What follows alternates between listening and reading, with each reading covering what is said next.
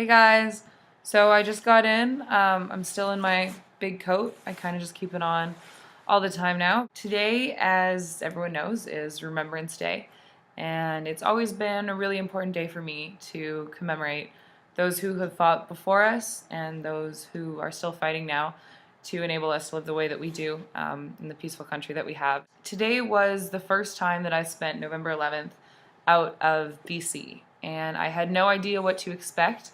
I didn't know if people celebrated it as much here. And back at home, there are always poppies being sold pretty much since October in the grocery store, Starbucks, wherever.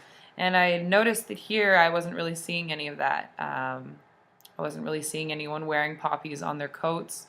And from what I recall in elementary and high school is that we would get November 11th off entirely. But we would have a celebration on the last day of school before November 11th, and it was a really big deal. We would recognize not only Canadian soldiers and our neighbors, the American soldiers, but people from all over the world. I was expecting something similar at my school. I was expecting, at the very least, a minute of silence or recognition of the day and its importance. And there wasn't anything, really, at all. My first class that I was working with this morning, I got there and there wasn't anything written on the board next to the date as it being Remembrance Day or Le Jour du Souvenir, like they call it here.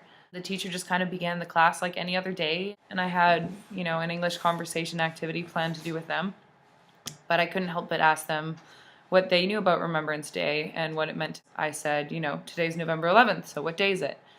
And half of them didn't know. A lot of them said, oh, we don't really do anything for that here. We used to in elementary school, but that was at around 10:30, so the activity lasted past 11. And at 11, I glanced up at the clock, and it made me really sad. It made me really discouraged that these kids didn't even really care. And then the day went on, and at lunch I was in the teacher's lounge, and teachers were talking about everything and nothing, how their weekends had gone, and current events and politics, because of course there's an insane political situation going on in Quebec right now. All very valid points of discussion. But I thought that someone might bring up the importance of what day it was today. It hit me a lot harder than I thought it would. Eventually, a teacher came into the lounge who is a teacher that I respect enormously. She's an ethics and cultural and religious studies teacher, and she was wearing this really pretty little homemade poppy, some fabric and tissue as the red petals.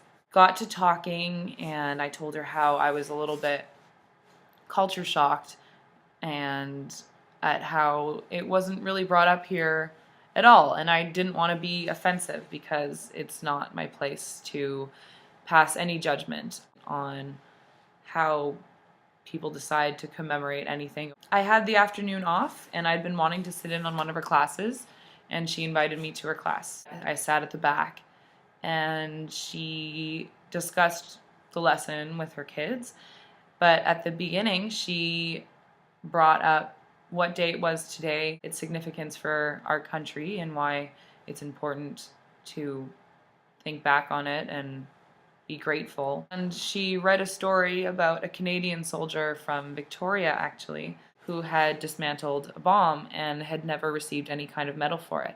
So I thought that that was great that she not only, brought up the historical importance of Remembrance Day, but also made it real for these students by bringing up a current example from the last couple years. It was from 2009, and also close to home because it was a Canadian soldier. And then as it approached 2 p.m., which is 11 Pacific Standard Time, she said, a little bit all over the world for Remembrance Day, in schools and just in public places, they ask people to do a minute of silence at 11. And on the West Coast, it's 11 right now, so I'm going to ask you guys to devote a minute of silence and respect to those who have fought before us and those who are still fighting. And I was so touched by that because as lovely as all the other teachers are and how welcome they make me feel, she had really gone out of her way by allowing this minute of silence. And The students, they are a bit of a rambunctious group, funny little guys, totally good-hearted, but just lots of energy, and it's the afternoon, so they had been talking all class up until that minute of silence where everyone went quiet.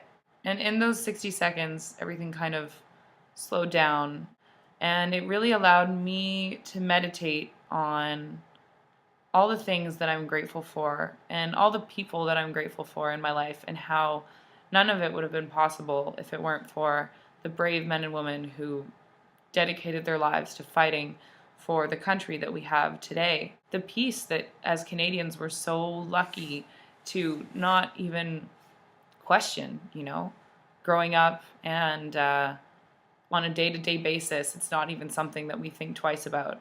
Coming from a family where both my mom and dad's side have been implicated in the war in some way, both my grandfathers fought in World War II, and my father's father died in a German prison. So it really hit close to home, even though I'm not at home and things are different here in a lot of ways.